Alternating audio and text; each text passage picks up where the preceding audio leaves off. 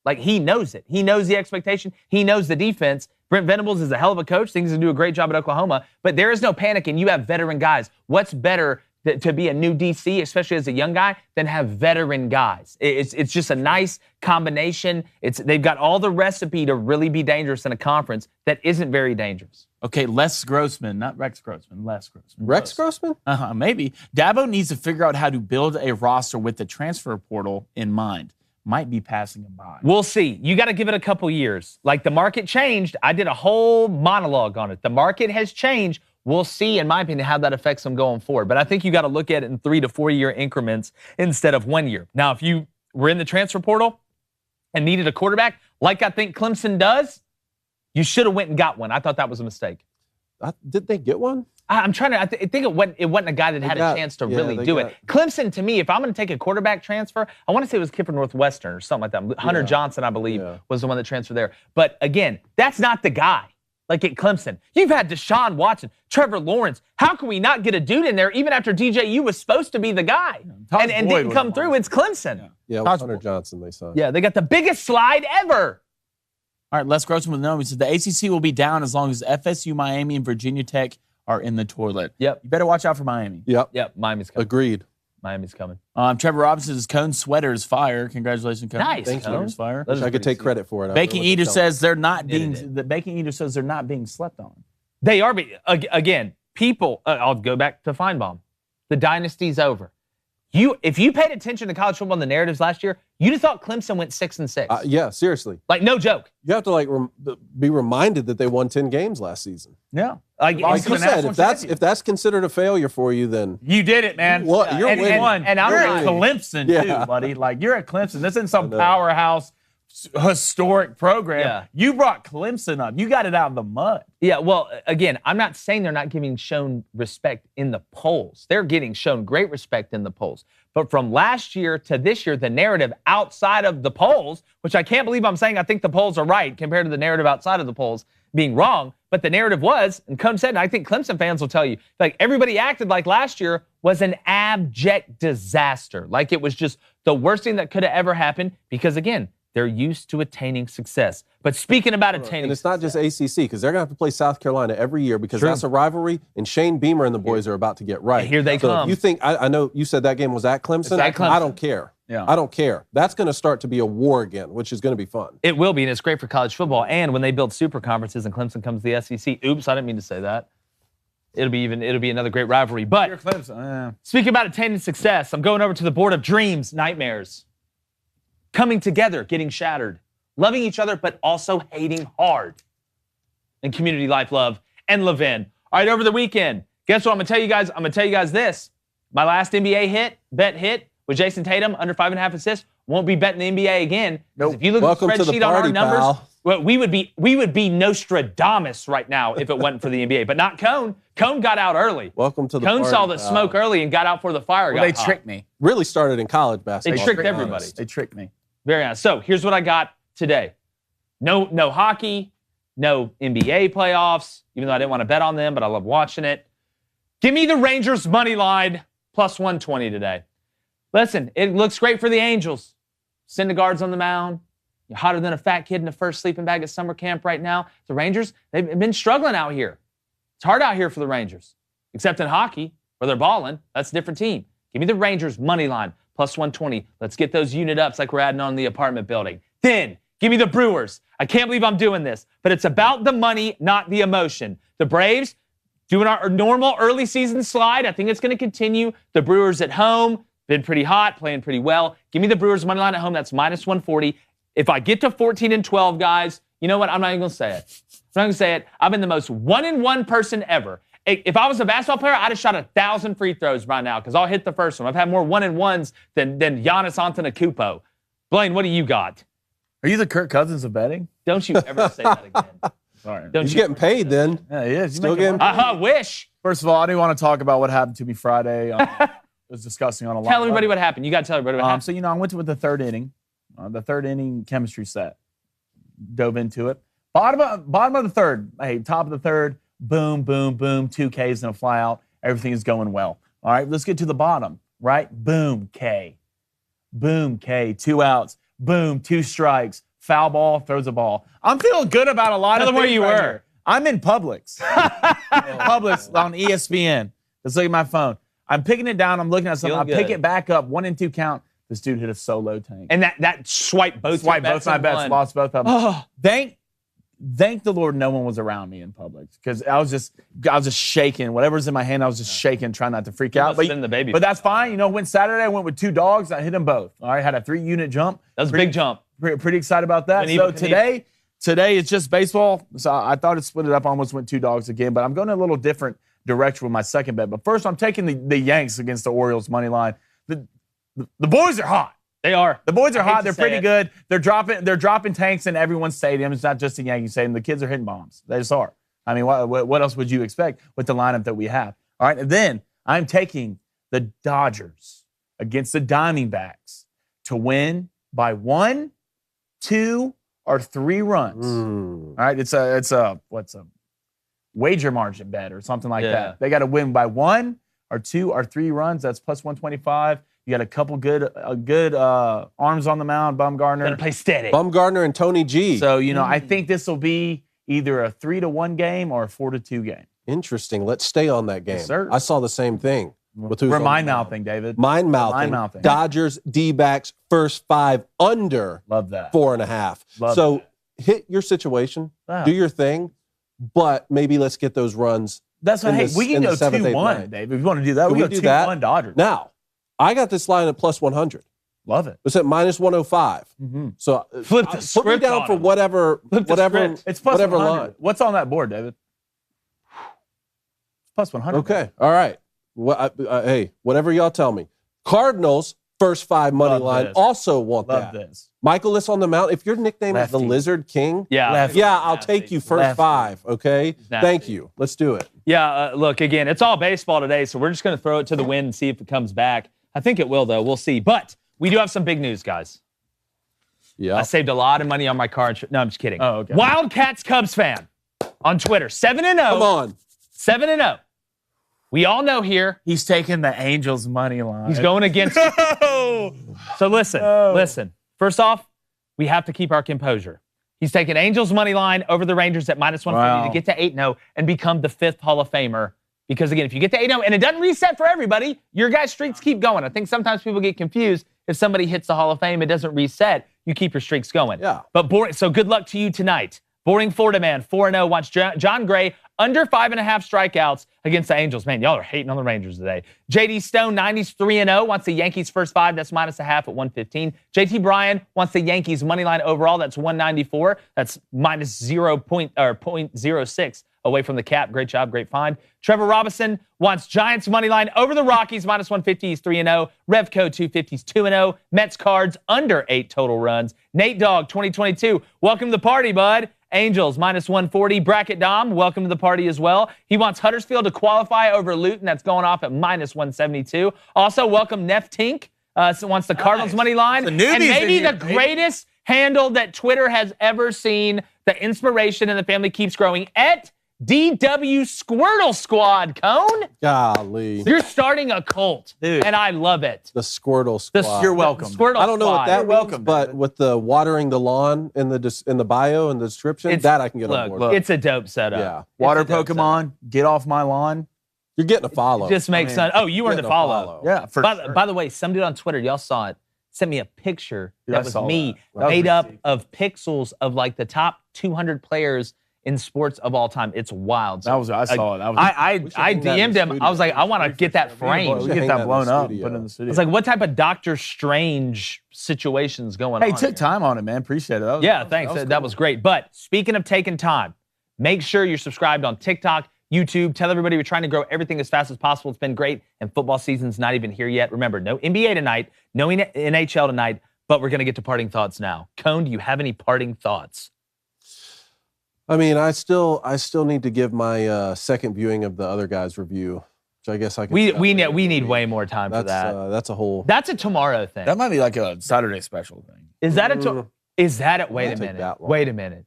Yeah. Is the other guy's going to be the get off? I'll make it go that long. No, I wasn't going to go that. You're not going to go that far. Oh, thank goodness. Come. I was going to start a rebellion. We're not gonna sell this short. Yeah. Because you guys dove in. You even brought an audience with you. And I'm breaking down the analytics, to like actually have a star system. I don't want to I just don't want to just pick words out, randomly like awful and throw that out. I hurt a lot of people's feelings, So you were going off pure emotion, a lot of judgment, but that's all right. Mm-hmm. You got back in the lab, put some liquid paper on a bee, saw what happened. Did it die? Yes, unfortunately, but we need a rubric from now on so that people understand where things fall with the movie reviews because they're going to keep coming. Oh, I can't wait. I've got to start. I always go back to this. I just think you look at it from it's like the way coaches, like I coach football. So I look at football differently than a fan. Mm-hmm. Like you make movies. Yeah. See, that's why I'm always interested. You look different. The way you look at something is just different than the way we look at it. I think that there's a lot of truth to that, but at the same time, laughter is an involuntary response. True. I can just watch something, and if it makes me laugh, it's funny. Mm-hmm. And like I wanted to laugh so hard, but we'll get into it. I like it. Yeah, we've got to have time for a full-throated response from you with the rubric, with the review system. Blaine, one from the Booster Club really, really quickly. And make sure it's Mailbag Monday on a Tuesday tomorrow. Oh, yes. Get those questions so make sure you go to DW Crain at, what's the Daily Wire Mailbag? Tell me again. I forget every time. Like, it's the one thing. DailyWire.com. DW Crain Mailbag at DailyWire.com. Send your questions. We always answer them. Mailbag Monday on a Tuesday. Who loves McConan? You do. All right, two things here. All right, two merch ads that apparently we need. Yes. One, Tumblr. Code needs a Squirtle Squad t-shirt. Yes, and a Get Off My Lawn t-shirt. Two, we're going through do stickers count? Stickers don't count, and stickers count against each other merch. We should, like left Twix, right Twix situation? By the way, I forgot to ask Steve if stickers count. That was I had that question, but we had time with him. But make sure you guys, like I said, you're subscribed. Hit up that mailbag. Follow us on all social media, TikTok included. It's been a great Monday. Getting ready to have a great Tuesday. And like the NBA playoffs and NHL playoffs playing tonight, psych, it's not. We're going, gone.